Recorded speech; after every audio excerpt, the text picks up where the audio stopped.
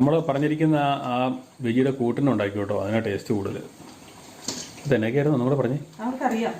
അല്ല അത് അതായത് അരിപ്പൊടിക്ക് പകരം നമ്മള് ഇഡ്ഡലി മാവ്, ദോശമാവ് എടുക്കുന്നു. അധികം പുളിപ്പില്ലാത്തത് അത്രേ ഉള്ളു. ബാക്കി ബജിക്ക് ഉപയോഗിക്കുന്ന ചേരുവല്ല. കടലമാവ് എന്നൊക്കെ ഓരോരുത്തർക്ക് ഓരോ ഇഷ്ടം അനുസരിച്ച് മൈദാമാവ് ഉപയോഗിക്കുന്നവരുണ്ട്, കടലമാവ് ഉപയോഗിക്കുന്നവരുണ്ട്, ഗോതമ്പ് പൊടി ഉപയോഗിക്കുന്നവരുണ്ട്. എനിക്കറിയാൻ മേല, പലരും പല രീതിയിലും. കായപ്പൊടി ചേർക്കും. എനിക്കറിയത്തില്ല കായപ്പൊടി. മീനിന്റെ അകത്ത് കായപ്പൊടി ചേർക്കുന്നവരും ഉണ്ട്, ചേർക്കലാത്തവരും ഉണ്ട്. കഷ്ണം മീനൊക്കെ വെക്കുമ്പോൾ കായപ്പൊടി ഇച്ചിരി ചേർക്കും. കമന്റ് കണ്ട ഞാൻ അതിനകത്ത് കൃത്യം വായിച്ചില്ല. കമന്റ് കണ്ടാവല്ലോ. വാഴക്കാ ബജി, മുളക് ബജി